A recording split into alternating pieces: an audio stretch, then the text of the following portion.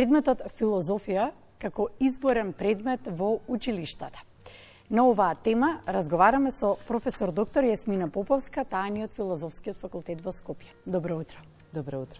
Професорке, кога ќе се спомене предмет филозофија и виднеш некоја предрасуда како чекај, ова не е за деца. Така. Веројатно и пристапот и се она што прикажувате како избор на литература е веројатно внимателно избрано. Изборен предмет е засега, во некои основни училишта, вие ќе ни кажете во кои веќе започато да се преминува. Па добро, која беше примарната цел, која е идејата, зошто предметот филозофија? Ова што го кажавте на почетокот, тоа всушност ни е веројатно и најголемиот предизвик. Знаете, во нашиот јазик, кога ќе се спомене филозофија или филозофирање, како што рековте, има предрасуда. Тоа што значи? Еве, вам да ве прашам. Кога ќе каже некој, многу филозофира. Нели, дека премногу зборува, веројатно таа е перцепцијата. Премногу, значи премногу зборува, зборува нешта, премногу информации, нешта кои што не се важни, нешта кои што нели не ја дофаќаат темата директно. Но ќе треба, нели, тоа ни е голем предизвик да поработиме на тоа дека филозофијата не е само академска дисциплина, и покрај тоа што е, не е само академска дисциплина, не е само за на универзитетите, не е само за на конференциите и во нели книгите од Хегел и Платон и така натаму, туку дека филозофијата е во секојдневниот живот. Сите филозофираме на ваков или онаков начин. Кратко или долго? Кратко или долго. Како ли ова да звучи? Сите прифаќаме одредени вредносни ставови, етички ставови, ставови за светот, за општеството, за феномените кои што не обкружуваат, а децата се природни филозофи. Знаете, не се вкалапени во општествените, образовните се уште парадигми и тие можат да размислуваат отворено. Тие се чудат. Всушност, изворот на филозофијата е чудењето. Што се случува сега околу мене, во училницата, на игралиштето, каде и да сме, и тие се чудат и нели сакаат да си ги објаснат овие нешта на себе си. И затоа, како што реков, тие се природни филозофи и знаат да поставуваат многу прашања со нели прашалното зборче зошто. Нели тоа е филозофското прашално зборче. Филозофија за деца, нели како што сега ме прашавте, како дисциплина се развива веќе 7 децении. Уште од нели 70-тите, 60-тите години од минатиот век. И се развива во светот и е вклучено во образовните системи на секаде во светот. Например, во Австрија од 1983 година, во Словенија со кој што соработувавме нашите партнери од 2006 година, кај нас сега се вклучува, а од 2016 година УНЕСКО отвора една катедра за филозофија за деца, затоа што го ја препознава оваа практика како најдобра практика за меѓукултурен диалог помеѓу народите, меѓутоа и за развивање на критички, креативни и грижливи граѓани на овој свет. И дека навистина треба да биде вклучена не само како предмет, туку и во рамки на сите предмети, да може да се зборува за убавината, за пријателството, за светот, за идентитетот, кој сум јас, зошто сум јас, што ме прави јас да сум ова и така натаму. Ова воведувањето на предметот филозофија за деца всушност е како еден резултат на Еразмус плюс проект Филозофија за деца за поширока социјална инклузија, кој што токму тоа сакаше да направи, да креира курикулум за филозофија за деца, особено во Македонија, затоа што тука го нема. Во Словенија со кој што работивме веќе го има, меѓутоа тука го нема. Да развиеме курикулум, приречник за наставници и дидактички материјали. Како што рековте, тие се прилагодени за деца од 8 до 10 години, годишна возраст. Има збирка раскази, има мини театарски сценарија, понатаму има една друштвена игра со која што се зборуваат, се отвараат овие прашања, така што се е прилагодено да се почне од конкретното, значи од конкретна приказна, од конкретна ситуација во која што детето ќе може да резонира, да размислува за тоа, нели, ставен во ситуација, како да ја реши таа дилема со која што е поставен. Индукција, дедукција, од општо кон Индукција, посебно точно, и посебно кон општо, да. Так. Сега, како децата, од она што го имате како фидбек, како децата го примаат терминот филозофија, дали ним име веќе објаснет од страна на домашните дека е тоа нешто општо, дека е тоа нешто широко, долго, или се заинтересирани да го учат? На овие часови воопшто не мора да се споменува зборот филозофија. Ако сака, или наставникот може, воопшто и не мора. Ние направивме едне, затоа што го пилотиравме овој курикулум во нашите училишта, им дадовме токму таков прашалник. Дали знаете што е филозофија, дали знаете што е филозофирање, дали ти знаеш да филозофираш, и ги имаше стандардните одговори. Да, мене ми вика дека многу филозофирам по дома, да, дека многу зборувам, не знам што е филозофија, и дадовме исто така уште еден прашалник на крајот од спроведувањето на пилотирањето, и има, да речам, некакво подобрување во однос на тоа што значи филозофија. Значи, знам сега што е филозофија, знам подобро да филозофирам, многу ми се интересни овие часови, и не само тука, тоа го видовме, всушност го покажавме и во Македонија, и во Словенија, во Грција, но и како што покажува светската практика, децата уживаат во овие часови. Значи, се активни, затоа што на овие часови всушност тие се главната улога, тука нема предавање знаење. Тие се самите филозофи, самите истражуваат, и многу се изненадени децата кога новиот пристап им се представува и им се кажува дека сега треба тие да дадат свое мислење. Тие не се навикнати некој да ги прашува.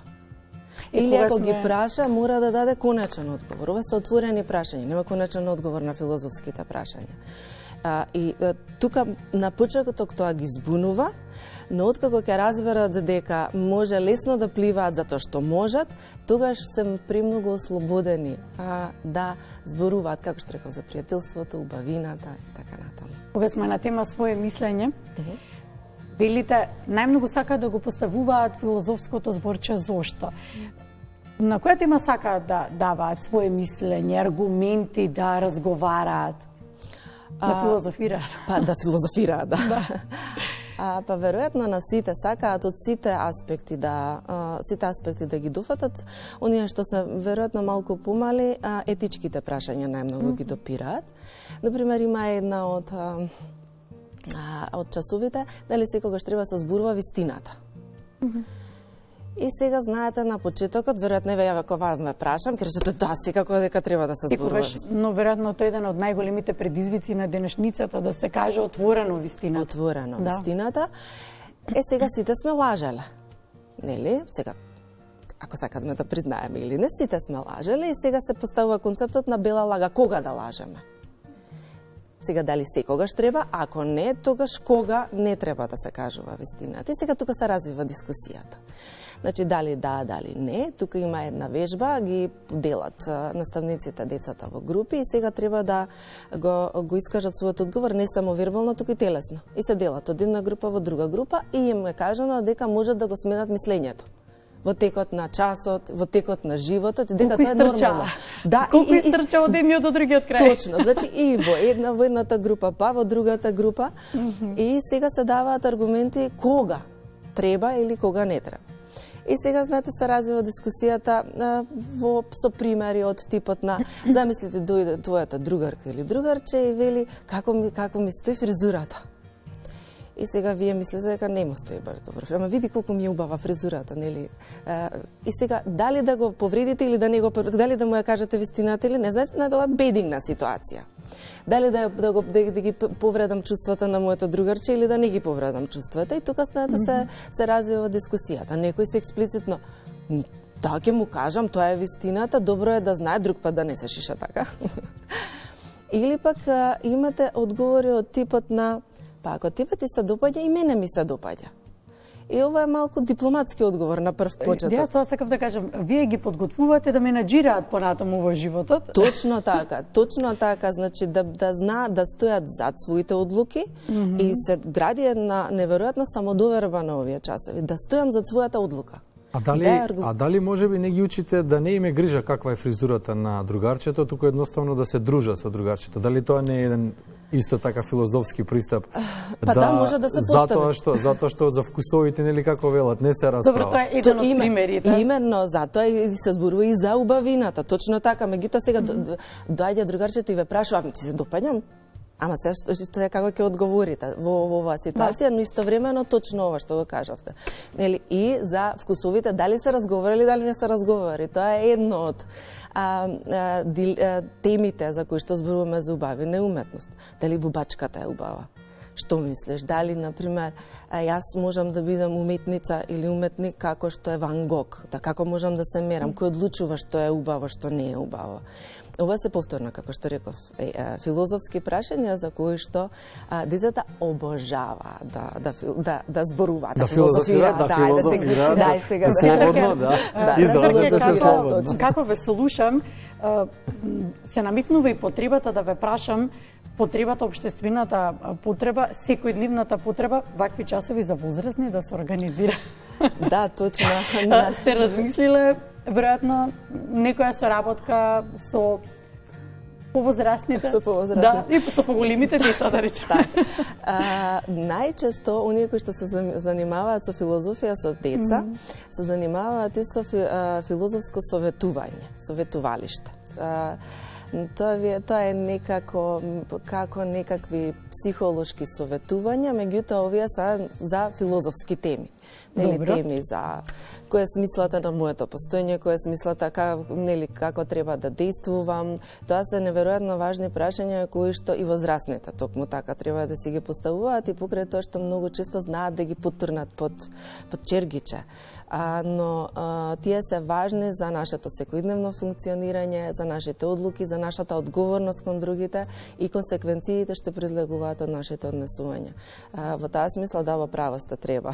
Треба и таа дисциплина веројатно да се развива, меѓутоа сега почнуваме од мали нозе, тогаш создаваме идни генерации, размислуваме од секој аспект. Так. Споминавте неколку пати дека ова е проект кој што во соработка со Еразмус го реализирате и дека е спроведен во Словенија и дека веќе таму функционира. Кои се плановите за тука? Ова е Еразмус Плюс проект, веќе привршува. Нашите партнери се од Словенија и од Грција. Во Грција и во Македонија, барем на почетокот, се уште не беше воведен во образовниот систем. Сега во Македонија е од оваа учебна година. Словеничкото искуство го искористивме за да научиме. Во Грција веројатно ќе продолжи да се практикува како некаква слободна активност, а во Македонија од оваа учебна година, како што реков, ќе биде слободен изборен предмет во 4, 5 и 6 оделение на ниво на целата земја. Така, значи ќе биде слободен изборен предмет и може да се предава и слуша или како да го наречеме се практикува во секој училиште. Кој ќе ги држи, кој ќе ги организира предавањата? Ќе бидат ли професори вклучени од кај вас, вие? Така, значи тоа се дипломирани професори по филозофија, кои што веќе тие работат во основните училишта, предаваат етика, граѓанско образование. И сега им се нуди оваа можност. Веќе направивме, во текот на проектот веќе и беа обучени неколку наставници, а кон почетокот на учебната година и направивме и обуки за останатите наставници. Така што тие се подготвени и ги очекуваме родителите, децата да го изберат овој предмет во годините што следат. Се надевам дека ние помогнавме со ова гостување. Таа беше целта да се прикаже начинот на кој што ќе се спроведува предметот и се надеваме дека ќе има голема заинтересираност. И јас многу ви благодарам што одвоивте време да зборуваме за филозофирањето. Филозофираме малку, па и ние. Можеме да филозофираме, да. Можеме, да, меѓутоа многу е важно да се бориме против овој стереотип и затоа сум ви неверојатно благодарна што ме Стоиме отворени за соработка. Професор доктор Есмина Поповска, Филозофски факултет, благодариме за 15 минути издвоени ова утро.